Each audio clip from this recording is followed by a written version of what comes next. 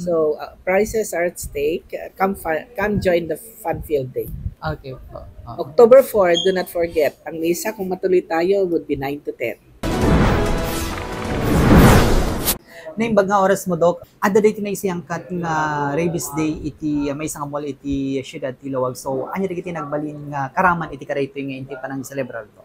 Well, actually, week-long ko nakmalain kasi danto pwede Sabado ayan, Yes, October 4. Activities tayo. Ever since nagkaroon ti World Rabies Day way back 2007, we have been actively participating iti yearly kada nga aktibidades. So, in the past, we had quiz bees, we had folk media competitions, digital T-shirt production, IEC production, even songwriting, jingle competition yata noon with the elementary and high school. So now naman, nakipag-tie up tayo iti multi-group kami eh. So kasama mi iti Lawag City Veterinary Office, the Mariano Marcos State University College of Veterinary Medicine, the SM Mall of City Mall Tilawag. Yes, no. So iso dati nangited ti libre nga bag panakausam dagiti venue da. Ken ti dagiti na dumaduma nga private sectors nga involved iti animal health and nutrition. Oo. So, dahil Doc, dakkel nga makatulong karagiti kalugaran tayo iti Ilocos Norte tapos natigasagat amuda iti ubobrayan da karagiti tarakenda nga aso. Well, actually nagkaroon kami ti Division of Labor ko na kadagiti government na partners tayo. Ti City Veterinary of Lawag iso that nang handle kaditi September 27 which was Saturday. So iso dati nang handle ti panakakapon dagiti tarakan nga aso ken pusa. Actually marami pa rin nagtatanong, marami pa rin we do hope we can have another bout pero tingnan natin wala kasi kaming mga nabili pa na anesthetic agents. Tapos tigas takathan nga marik na unay digiti tarakan digiti sakit di pa nakaoperada. So Lawag City ket meron. So nga iso dati ng conduct kadijing activity together with Mariano Marcos State University with support pa rin ng opisina natin. And then we had vaccination activities iti Calman di September 28 Domingo. Spearheaded ito, led by the Mariano Marcos State University naman, College of Vetmed. Libre dati, Doc? Libre. Nga na-aided ka na ko, dati purga, dati vitamina.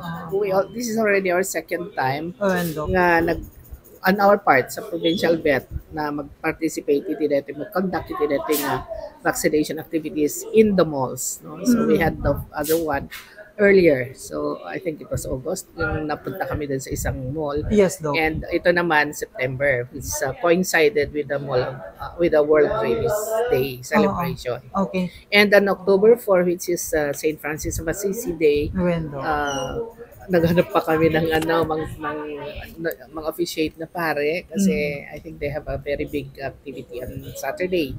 So, we hope ma-coordinate tayo nga nalaing na sinut maayaban tayo. But the PVO, nag-commit kami mag-sponsor sa misa.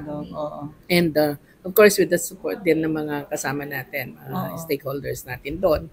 And yung mga participants din ng mga professors ng College of Veterinary Medicine, the City Vet, and all. So, may pet blessing din sana right after the Holy Mass. We are very optimistic na meron tayong mahanap na pare, ha? But for right after that is a family day. Parang fur family fun day. Parang ganon. May mga photo shoots, may mga with their pets. May pet walk actually from the venues ng misa. May pet walk papunta doon sa Paw Park ng SM. And then may photo shoot, tapos we will be having games for families. Yes, the competition for families. We have games, advocacy games. Ako na tayo. Anything under the sun. Ano lady prizes, Doc? Yeah. Yeah. So don't mention the prices para surprise ang prices.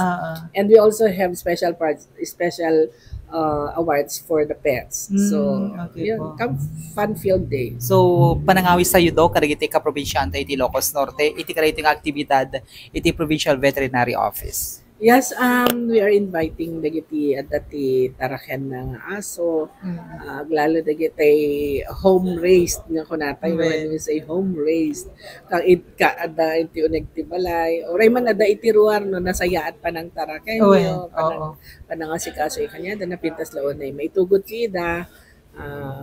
Hopefully kas na ko nakita we will be able to get a parish priest or a priest to officiate the mass and have the pet blessing.